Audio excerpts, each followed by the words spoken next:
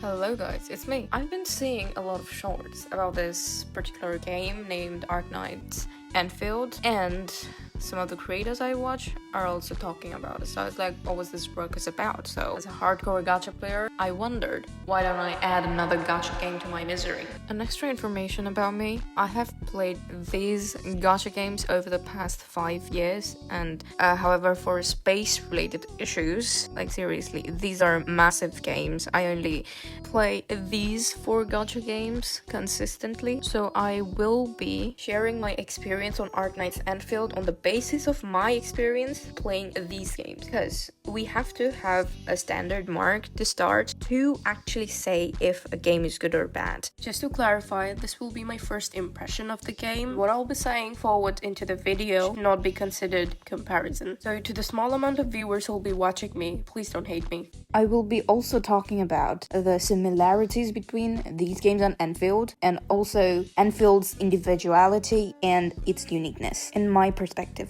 Now let us start. Arknights.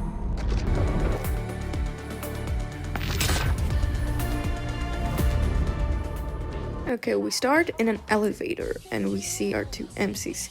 And honestly, the first time when this screen opened, I was amazed with the graphics. And the lighting, the shading, and the looks and the design of the 2 MCs were actually really cool. My first impression of them was actually thinking them as the Emirates and the Fatui, but much more cooler. A solid 7 for this. Then the lift opened to a dystopian world, which looked in ruin like every other gacha game. Also, I noticed from this perspective, the MC kinda looked like the Trailblazer from the back. Then we meet this girlie who tells us about Originium, that thing that was hovering in the sky. And also we're someone called admin, or administrator. Anyways, we proceeded and I looked around a bit, and let me tell you, honestly, the graphics looks insane. It was actually really nice and I really enjoyed the views. I think at this point we were having to go through some basic tutorials like running, dashing, jumping, attacking, dodging.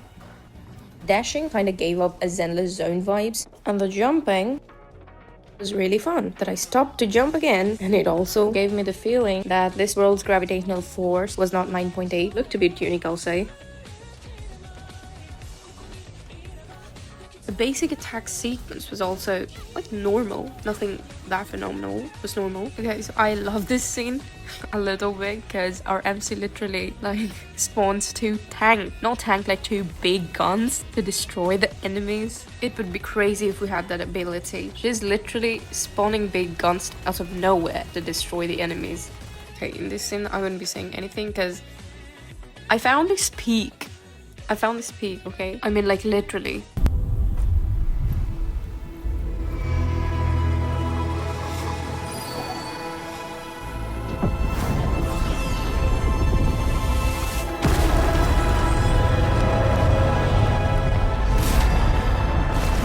The administrator summoned a rock larger than the traveler can summon. Jokes aside, now I'm gonna say it. This might be the coolest way any game has wanted our name. Like, seriously, look at this scene. Who are you? The administrator.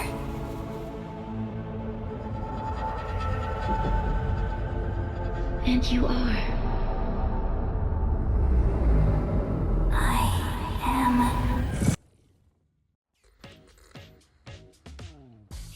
Okay, so after writing our name, we meet this girlie again, who I kind of think was flirting with us. Like, are we gathering wives again? The story kind of opens like the other gacha games, with us not remembering who we are or our past selves, just like Rover, the Traveler, and the Trailblazer. Anyways, so tell me this, is this a glitch or this dude is wearing 2 sunglasses and also checking us out?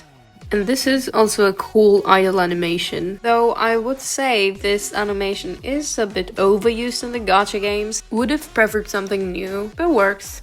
Okay, so in this part of the video, Prolica tells us some important details about what the heck is going on in this world, okay? But I won't be saying this because I don't want to spoil. However, to put it in a sentence, the world is in trouble and we gotta help it. That sentence actually defines every other gacha game. Oh, and since we're also the owner of this, whatever organization this is, so yeah, we're very important. Yeah, like you didn't know that already. The next second, something bad happens and we quickly drift there with Perlica's bike. What happens is that a spearheaded thing called the anchor falls out of nowhere from the sky, which is actually a very common thing maybe here, and spawns a bunch of mineral monsters called Angeloid. The worst part is the thing actually fell right in the middle of the base. There's also something called the Landbreakers, Bone Crushers. I don't know, maybe they're tribal people of some sort of this world or something. So taking that situation hostage, they kinda try to invade the base. So we crush the bones of the Bone Crushers. Anyways, we come to the Anchor's core to destroy it. Then we meet Yu and Andre. And tell me, And Edmund, you're really back. isn't this owl the cutest? I mean, like, forget about cat girl and cat boys. We just need an owl grandpa. So here I found something weird. Even though I said Perlica might like us, whenever we get close to Perlica, she just, backs away a little bit. I thought you liked me. Jokes aside, then we came to know a lot of the Bone Crushers have been attacking the other sectors, and usually they're kind of dumb and unintelligent to actually lead a coordinated attack. So the team resorted to thinking there might be another intelligent life form manipulating their actions. Honestly, I really appreciated the way they explained the mission with diagrams, maps, and a cutscene of some sort. At this point, we unlocked a lot of key features of the game, which are the gacha system, the Enfield Pass, event menus and all. Gacha system kind of reminded me of Reverse 99 because they have like 4, 5, and 6-star characters, including like 4, 5, and 6-star weapons. Anyways, I proceeded and played Leviathan, the new Banner character in the game. Kinda gave me the vibes of the Hersher of Thunder from Honkai Impact 3rd. I was instantly hit with the nostalgia. Then I proceeded into the story, and let me tell you, I love this panda guy. We helped kill some Bone Crushers, and we're introduced to this new system called AIC system where we build stuffs. Then I explored the map a little bit. I played the game until we met Neferith and got introduced to the trading and the factory system. I guess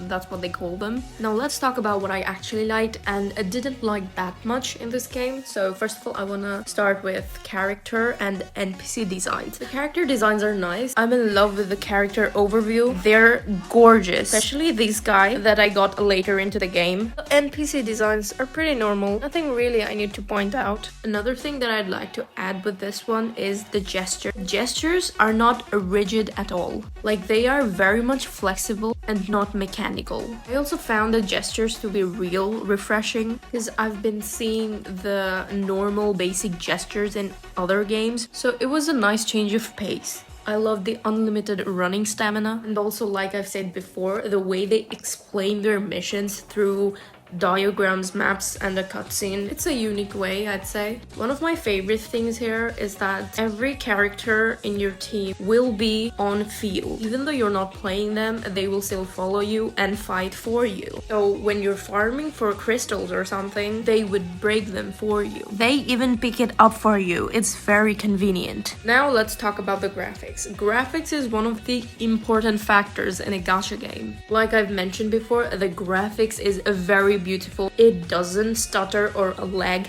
yet. Since the game is new, the size is fairly small, but with time, of course, it will get big and graphically heavy. So I will be intrigued to see how the developers will handle it in the future. Now, the things that I found a bit unique, especially the farming system and the outpost trading system, I guess.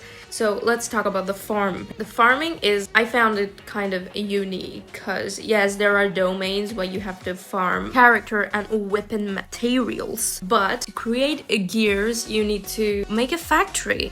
Yes, a factory. This is called the factory system, I suppose. There are tons of devices that you need to unlock and build in this factory system to get materials that can build your gear. I personally found it a bit hard to understand at first, but with time I got the basics understood. But again, it was very refreshing to have been introduced to something new. Now let me talk about the things that I kind of disliked, which is there is no climbing. Like, look, I cannot climb to this rock, and I've wasted almost 45 minutes jump to that side because I needed some mushrooms for my character upgrades. If only they had climbing, it would have been much easier. The backpack space is kind of low. I mean, like, you can stash your things, but still the backpack space is kind of low. And another thing that I found very annoying is the continuous tutorial pop-ups. Like, from the start of the game, you're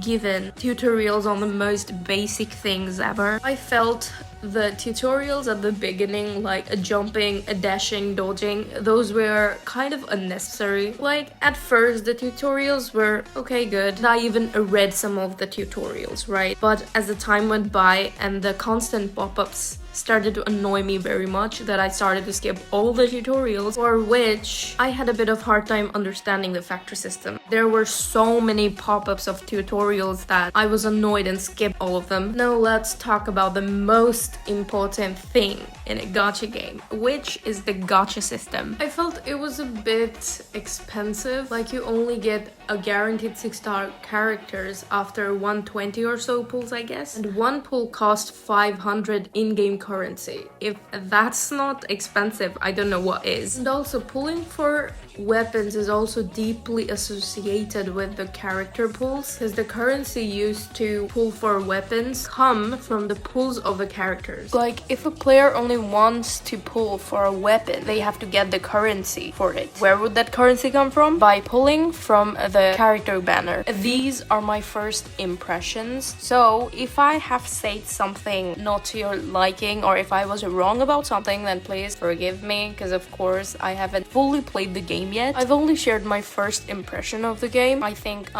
that's gonna be it for the video. I hope you liked points I've tried to show you. So yeah, that's it. Bye.